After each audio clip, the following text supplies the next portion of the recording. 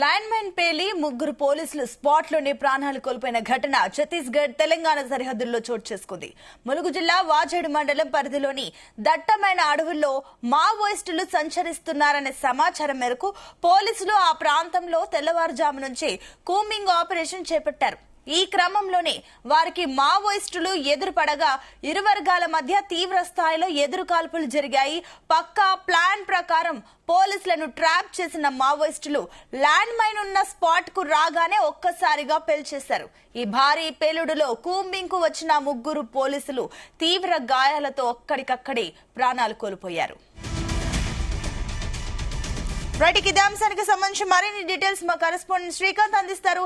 శ్రీకాంత్, తెలంగాణ ఛత్తీస్గఢ్ సరిహద్దులో ఉన్నటువంటి కరెగుట్ట ప్రాంతంలో మాత్రం ఆపరేషన్ ఖగార్ అయితే 15వ రోజుగా జరుగుతుంది. ఈ నేపథ్యంలో ఈ రోజు తెల్లవారు కూడా పోలీసులు అయితే గ్రే హౌన్స్ బలగాలతో మాత్రం కూంబింగ్ అయితే కొనసాగుతుందని చెప్పొచ్చు. ఈ రోజు తెల్లవారుజామున కూడా అందులో భాగంగా కరెగుట్ట ప్రాంతంలో ఉన్నటువంటి ఈ ప్రాంతానికి అయితే వెళ్ళినటువంటి క్రమంలో అక్కడ మావోయిస్ట్ అయితే కూడా తారాసపడ్డ క్రమంలో ఒకరిపై ఒకరైతే కూడా ఎదురు కాల్పులు అయితే చోటు చేసుకొని చెప్పొచ్చు. ఈ క్రమంలో మావోయిస్టు పార్టీకి సంబంధించినటువంటి నేతలు మాత్రం అక్కడ పోలీసులు మాత్రం ట్రాప్ చేశారు. ట్రాప్ చేసి అక్కడ ఉన్నటువంటి ల్యాండ్ మైన్స్ పెట్టినటువంటి ప్రాంతానికి మాత్రం పోలీసులందరినీ కూడా ఒక దగ్గరికి అయితే పంపించినట్టుగా తెలుస్తుంది. ఈ క్రమంలో అక్కడ ఉన్నటువంటి పోలీసులంతా కూడా ఒక చోటుకు చేరినటువంటి క్రమంలో ల్యాండ్ మైన్స్ పేల్చివేయడంతో కూడా ముగ్గురు జవాన్లు మాత్రం మృతి చెందడం తెలుస్తుంది. వారు గ్రే హౌండ్స్ సంబంధించిన వారుగా తెలుస్తుంది. ఈ క్రమంలో ఇటు మావోయిస్ట్ పార్టీకి సంబంధించిన వారంతా కూడా అక్కడ నుంచి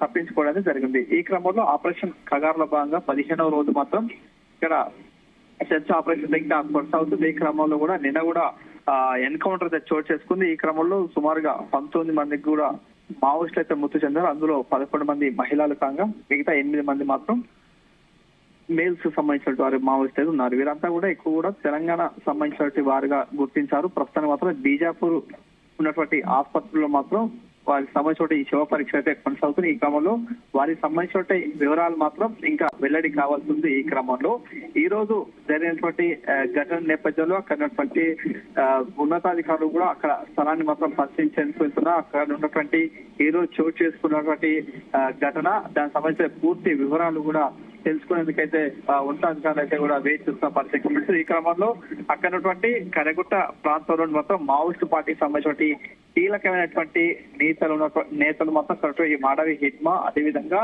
మోస్ట్ వాంటెడ్ గా ఉన్నటువంటి దామోదర్, అదేవిధంగా దేవ, వీరంతా కూడా ఆ ప్రాంతంలోనే సంచరిస్తున్నట్లు కూడా వీరికైతే నిఘా వర్గాల నుంచి సమాచారం నేపథ్యంలో సెర్చ్ ఆపరేషన్ అయితే ఇంకా కొనసాగుతుంది. ఈ క్రమంలో అక్కడ నుండి ఆ గుట్ట ప్రాంతాన్ని మాత్రం పోలీసులు తాత్కాలికంగా బేస్ క్యాంప్ ను ఏర్పాటు చేసి అక్కడ నుండి మావోయిస్టుల ఏరువేత కోసం అయితే కూడా ఇంకా కూంబింగ్ అయితే కొనసాగుతుంది. ఈ క్రమంలో ఇక్కడ ఉన్నటువంటి ఇటు ఛత్తీస్గఢ్ సరిహద్దు, అదేవిధంగా ఇటు తెలంగాణ సంబంధించినటువంటి వాజేడు వెంకటాపూర్ నుండి ఈ ప్రాంతాన్ని ఒక షెల్టర్ జోన్ గా చేసుకుంటూ జవాన్లు మాత్రం రోజు కూంబింగ్ చేయడం, అదేవిధంగా ఇతర సంబంధించిన వ్యక్తులు కూడా ఎవరిని కూడా అటువైపుగా వెళ్ళలేకపోవడం, అక్కడ ఉన్నటువంటి స్థానికంగా ఉన్నటువంటి గిరిజన గ్రామాలు గూడాలు ఉన్నటువంటి వారందరినీ కూడా అప్రమత్తం చేస్తూ ఎవరు కూడా బయటకు రావద్దంటూ కూడా కొన్ని పోలీసుల ఆంక్షలు అయితే ఇంకా కొనసాగుతున్నాయి. ఈ క్రమంలో ఈ రోజు జరిగినటువంటి ల్యాండ్ మైన్స్ పేలినటువంటి ఘటనలో మాత్రం ముగ్గురు గ్రే హౌండ్స్ సంబంధించిన పోలీసు మాత్రం తీవ్ర గాయాలతో అక్కడికక్కడికే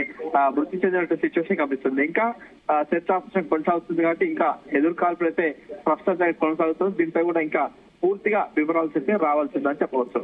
అయితే శ్రీకాంత్, ఈ ఘటన చూస్తుంటే మావోయిస్టులు పూర్తిగా ప్రతీకార చర్యలకు పూనుకున్నట్లు మనకు స్పష్టంగా అర్థమవుతుంది.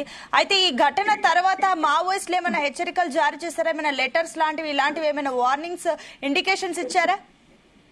ప్రస్తుతానికి మాత్రం మావోయిస్టు పార్టీకి సంబంధించినటువంటి ప్రకటనలు కానీ మిగతా సంఖ్య రాలేదు. ఎందుకంటే పూర్తి స్థాయిలో ఇక్కడ ఏజెన్సీగా ఉన్నటువంటి ఈ ప్రాంతాన్ని మొత్తం పోలీసు ఆంక్షలు, అదేవిధంగా పోలీసు దిగ్బంధంలో ఉండిపోయాయి. కాబట్టి మావోయిస్టు పార్టీకి సంబంధించినటువంటి లేఖలు, మిగతా సంబంధించిన వివరాలు వచ్చేందుకైతే కూడా కాస్త ఆలస్యంగా వస్తుందని చెప్పొచ్చు. ఎందుకంటే ఇటీవల శాంతి చర్చల పేరుతో కూడా ఉన్నటువంటి లేఖలు కూడా ఈ రోజు ఉన్నటువంటి లేఖలు అదే 4-5 రోజుల తర్వాతకి రావాల్సి వస్తుంది. ఎందుకంటే ఇక్కడ ఉన్నటువంటి పోలీస్ ఆంక్షలు, అదేవిధంగా ఇతర సంబంధించినటువంటి కొరియర్స్ అయితే మిగతా సంబంధించినటువంటి ఆయా సంబంధించినటువంటి ఆదివాసులు, మిగతా సంబంధించిన మిలిషియా సభ్యులు కూడా అందరినీ పూర్తి స్థాయిలో పూర్తిగా కూడా అస్త దిగ్బంధం చేస్తారు. ఎవరు కూడా అనుమానిత వ్యక్తులు కానీ మిగతా సమస్య ఎవరిని కూడా అటువైపు రానేయకుండా అడ్డుకుంటున్నారు. కాబట్టి మావోయిస్టు పార్టీకి సంబంధించిన లేఖలు అదేవిధంగా వారికి సంబంధించిన సమాచారాన్ని మాత్రం ఏదైనా ఉంటే మాత్రం కాస్త ఆలస్యంగా వచ్చే అవకాశం ఉంటుంది. గతంలో మాత్రం ఇంతకు